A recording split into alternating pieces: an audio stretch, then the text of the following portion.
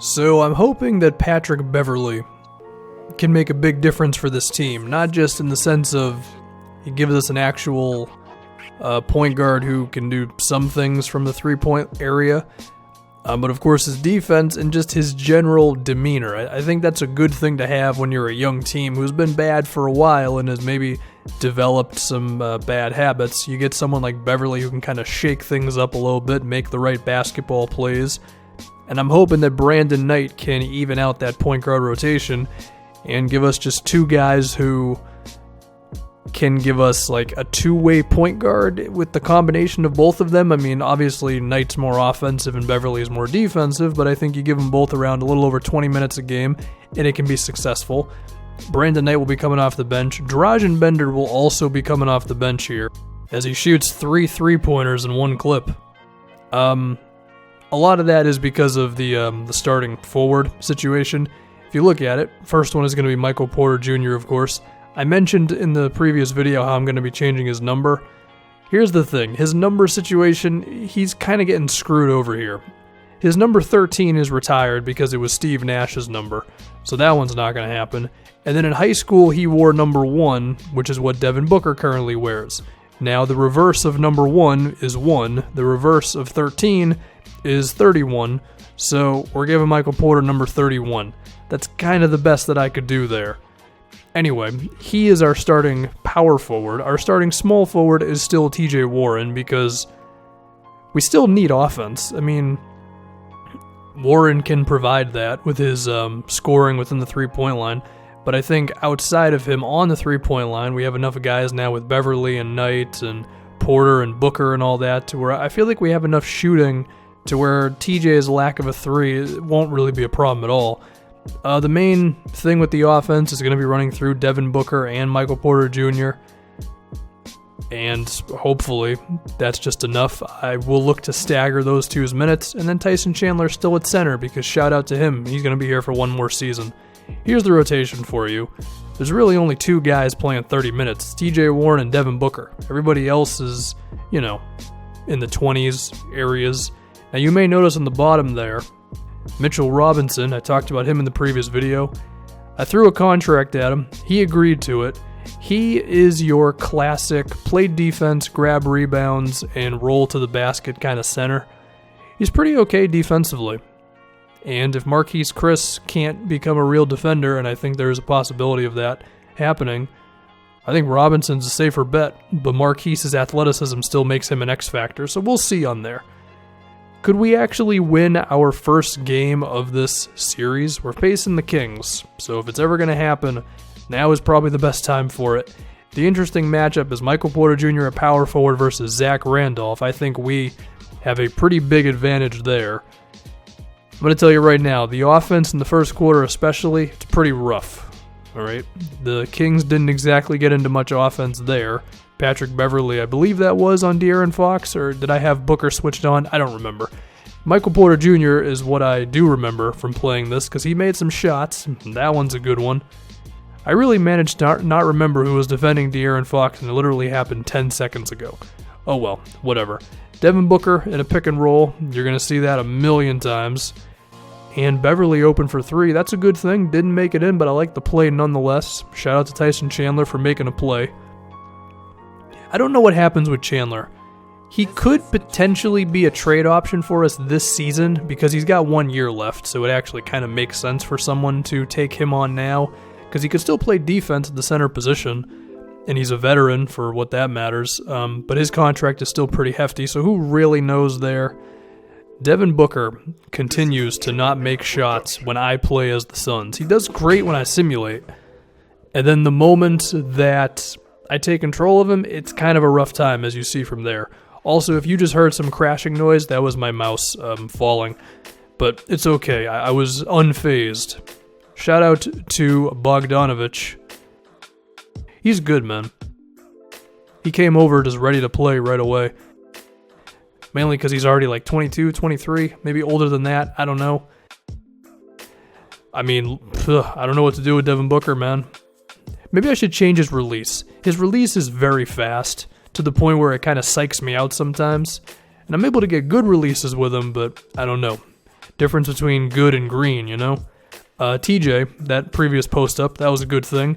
Dražen Bender at center was not exactly ready for Kostakufis around the basket there. I appreciate Josh Jackson going for the goaltend, because why not? It's going to go in anyway. Hopefully this is not a trend that maintains itself with the CPU and the pick-and-roll defense, because that was a thing with the Knicks series. Whatever. We'll see what happens there. Notice the staggering. I take Devin Booker out after playing the whole first. I took Michael Porter out about midway through the first. As a result, we have one source of offense in the game, hopefully at all times. I mean, sometimes you can still get stuck and you can leave them in there for a little too long to where you got to take one out quicker than you'd like for the sake of stamina, but I do think that actually happens later on. I have to deal with that. And even though that didn't go in for Brandon Knight, that's a shot that I would never take with Elfrid Payton. So that's progress in and of itself. I mean, right now in the game, we have between Troy Daniels and Bender and Michael Porter Jr. and Brandon Knight, like we have real shooting in the game kind of like often. Before it'd be like Elfrid Payton and, a big one was just having Payton. I mean, we basically swapped the one non-shooting point, well, him and Tyler Ulis, for 2 point guards who can actually make threes. Speaking of which, right on cue, Patrick Beverley with the pull-up three. Having shooting is just, you don't realize how good it is until you don't have it. And not having it in that first season and playing those 2 games I played, one against the Clippers and then the one against Miami, you could just feel it sometimes where you have those moments where you're just going, I don't even know what to do right now for a play. But when you have guys who can make shots, well, suddenly your day gets a little better. I called a timeout to get TJ Warren back in there because I think you can run real offense through him, and I do try that a little later on in the second half. So you have that to look forward to, I guess. Buddy Hield, I don't know if he was going for the 2-for-1. Probably not, because it was already less than 24 seconds when he attempted that thing.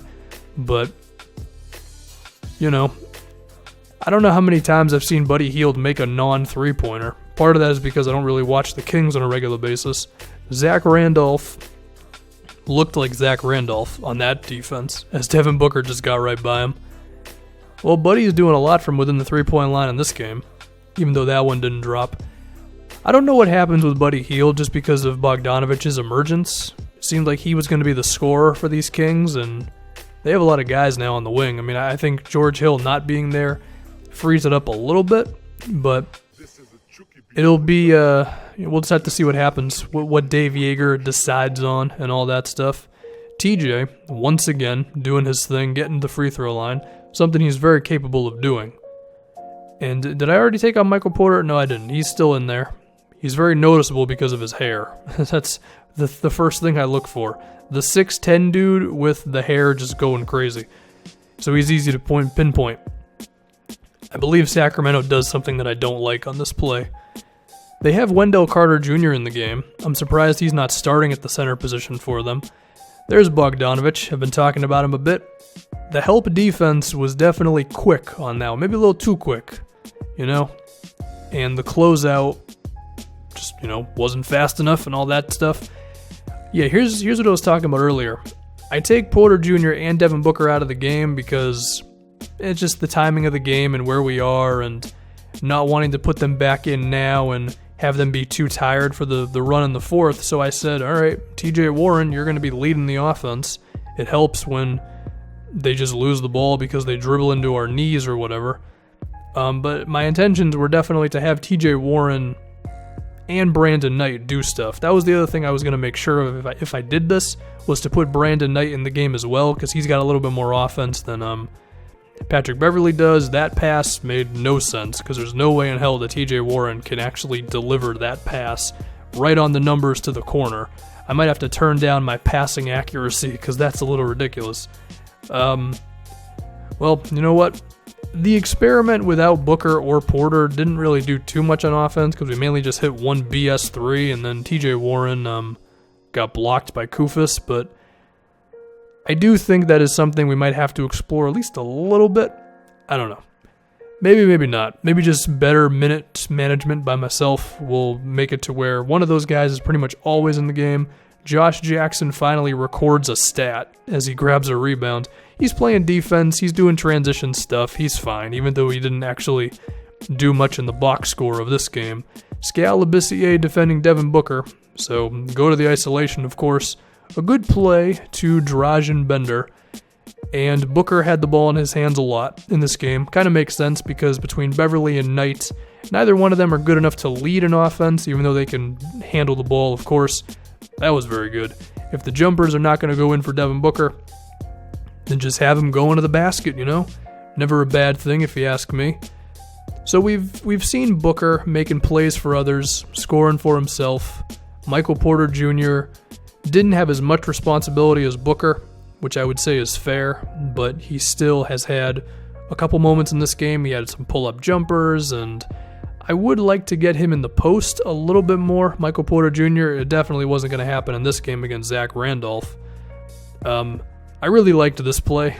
I love when you have a mid-range shooter who's not much of a three-point guy, and you have the opportunity to take like a pull-up mid-range for him, because it typically always will go in. So that's good for TJ. Michael Porter Jr., I also think he can be a pretty damn good rebounder for us as well. Do I try to go for the ISO on Zach Randolph here? I mean, I feel like I kind of should have, but we can get Marquise Chris going in a pick and roll. Porter was open, but hey, Chris can jump, man. And for as much as I like Mitchell Robinson, he definitely can't do that stuff. I think Robinson, I wasn't able to get him in the game in this one because I liked Bender at center a lot. But hey, we finally won a game in this thing. And the takeaway from this would be, well, two things. The first thing we're going to highlight, and we saw some of these plays already, but these are Devin Booker's assists. And, I mean, sure, like, the passes themselves, like, are not that crazy. They're pretty routine plays, but I think the takeaway is just how much the defense commits to Devin Booker when he drives inside. He draws two defenders right there, allows Drazen Bender to just get a shot. And when you have a guy who can just command the attention of a defense, you know, a pick and pop with Michael Porter Jr. right there, I think there's a lot of potential for Porter and Booker to make plays off of each other like that. Good things just happen, you know. You get by Labissiere, Cauley-Stein commits. I mean, you just saw these plays because they were towards the end of the game, and then the Marquise Chris alley-oop one more time because it's just a beautiful thing. I mean, who doesn't want to see that? The playmaking for Devin Booker, it looks good. The other thing that looks good is Michael Porter Jr. with a couple of plays that I believe didn't make it into the original thing, this pull-up jumper, a long two-pointer, which I didn't love, but I mean, the fact that he made it was still good. And the other thing is just how easy it is for Porter to draw contact. He's a big body. He's like, what, 6'9", 6'10", something like that. Got long arms and all that, so if he's just in the vicinity of the basket and just puts a shot up there, the chances of him drawing contact and getting to the free throw line are pretty good. So he kind of just has the intangibles you want as a scorer, right? Makes threes, can hit contested threes as well, and then he can also get to the line quite a bit. Porter and Booker, man, the 1-2 punch is already looking good. Our point guard rotation's looking good as well. Just a solid win.